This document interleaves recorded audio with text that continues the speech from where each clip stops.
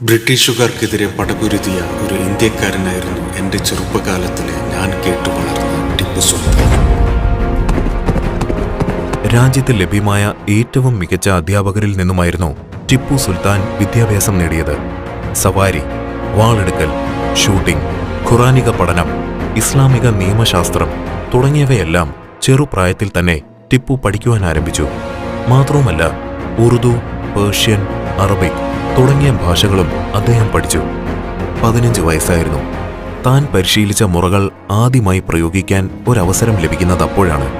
മലബാറിലേക്കുള്ള മൈസൂരിന്റെ കടന്നുകയറ്റം നടക്കുന്ന സമയമായിരുന്നു അത്.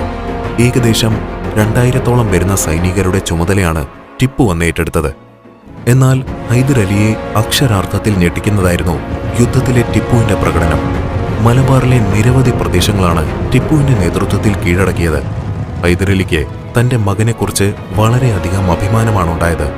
തുടർന്ന് ഹൈദർ അലി 500 കുതിര പടയാളികളുടെ കമാൻഡർ പദവി നൽകുകയും മൈസൂരിലെ 5 ജില്ലകൾ ഭരിക്കാൻ അവനെ നിയോഗിക്കുകയും ചെയ്തു.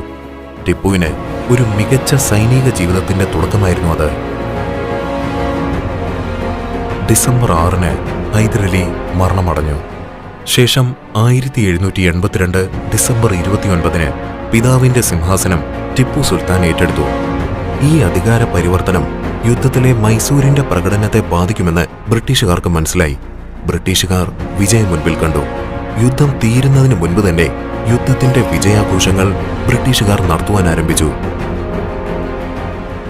എന്നാൽ അവരുടെ കണക്കുകൂട്ടലുകളിൽ ചെറിയ ഒരു പ്രശ്നമുണ്ടായിരുന്നു.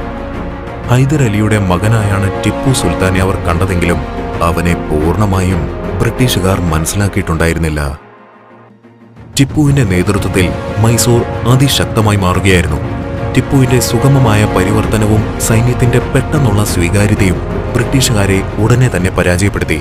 1784 മാർച്ച് 11-ന് മംഗലാപുരം ഉടമ്പടിയിൽ ഒപ്പുവെച്ചുകൊണ്ട് ബ്രിട്ടീഷ് ഈസ്റ്റ് ഇന്ത്യ കമ്പനി ഔദ്യോഗികമായി ടിപ്പു സുൽത്താന് കീഴടങ്ങി.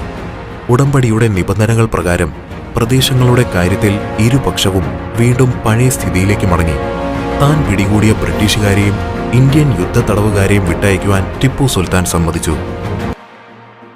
ബ്രിട്ടീഷുകാർക്കെതിരായ 2 വിജയങ്ങളുണ്ടായിരുന്നിട്ടും ബ്രിട്ടീഷ് ഈസ്റ്റ് ഇന്ത്യ കമ്പനി തന്റെ സ്വതന്ത്ര രാജ്യത്തിന് ഗുരുതരമായ ഭീഷണിയായി തുടരുന്നുവെന്ന് ടിപ്പു സുൽത്താൻ മനസ്സിലാക്കി. ശേഷം പ്രസിദ്ധമായ മൈസൂർ റോക്കറ്റുകളുടെ വികസനം ഉൾപ്പെടെയുള്ള തുടർച്ചയായ സൈനിക മുന്നേറ്റങ്ങൾക്ക് അദ്ദേഹം ധനസഹായം നൽകി. 2 കിലോമീറ്റർ വരെ മിസൈലുകൾ വിക്ഷേപിക്കുവാൻ കഴിയുന്ന ഇരുമ്പ് ട്യൂബുകൾ ബ്രിട്ടീഷ് സൈനികരെയും അവരുടെ സഖ്യകക്ഷികളെയും ഭയപ്പെടുത്തിയിരുന്നു. ടിപ്പു റോഡുകൾ നിർമ്മിച്ചു. നാണയത്തിന്റെ ഒരു പുതിയ രൂപം സൃഷ്ടിച്ചു. അന്താരാഷ്ട്ര വ്യാപാരത്തിനായി പട്ടുനൂൽ ഉൽപാദനം പ്രോത്സാഹിപ്പിച്ചു. ടിപ്പുവിന്റെ ഈ പ്രവർത്തികളെല്ലാം തന്നെ ജനങ്ങളുടെ മനസ്സിൽ വലിയൊരു ആശ്വാസമാണ് ഉണ്ടാക്കിയത്. പതിയെ പതിയെ ടിപ്പുവിനെ ജനങ്ങൾ മറ്റൊരു പേരുകൂടി വിളിക്കുവാൻ ആരംഭിച്ചു: ടൈഗർ ഓഫ് മൈസൂർ. ബ്രിട്ടീഷുകാർ ഇന്ത്യയുടെ സമ്പൂർണ്ണ ആധിപത്യത്തിന് തയ്യാറായിക്കൊണ്ടിരിക്കുകയായിരുന്നു. എന്നാൽ ഒരേ ഒരു പ്രദേശം മാത്രമായിരുന്നു അവർക്ക് മുൻപിൽ കരടായി നിൽക്കുന്നത്. വർഷങ്ങൾക്ക് മുൻപ് അവർ വിട്ട പാതി തകർന്ന മൈസൂറായിരുന്നു അത്. അങ്ങനെ ബ്രിട്ടീഷുകാർ അവശേഷിക്കുന്ന ആ മൈസൂരിനെ ആക്രമിക്കുവാൻ പദ്ധതിയിട്ടു. ടിപ്പു ബ്രിട്ടീഷുകാരുടെ ഇടയിലേക്ക് പാഞ്ഞുകയറി. തന്റെ മുൻപിൽ വരുന്ന ഓരോ ബ്രിട്ടീഷുകാരെയും അദ്ദേഹം വെട്ടിവീഴ്ത്തി. പക്ഷെ നിമിഷങ്ങൾക്കുള്ളിൽ തന്നെ ടിപ്പു ബ്രിട്ടീഷുകാരുടെ വാളിനിരയായി. അങ്ങനെ ബാക്കിയുണ്ടായിരുന്ന മൈസൂർ ബ്രിട്ടീഷ് കീഴടക്കി. ടിപ്പു സുൽത്താനെ ഹൈദർ അലി വിശ്രമിക്കുന്ന സ്ഥലത്ത് തന്നെ അടക്കം ചെയ്തു. ടിപ്പുവിന്റെ മരണം ബ്രിട്ടീഷുകാർക്ക് ഒരു ആഘോഷമായിരുന്നു. കാരണം തന്റെ അവസാന ശ്വാസം വരെ ബ്രിട്ടീഷുകാർക്കെതിരെ ഉറച്ചു നിന്ന ഏക വ്യക്തിയായിരുന്നു അദ്ദേഹം.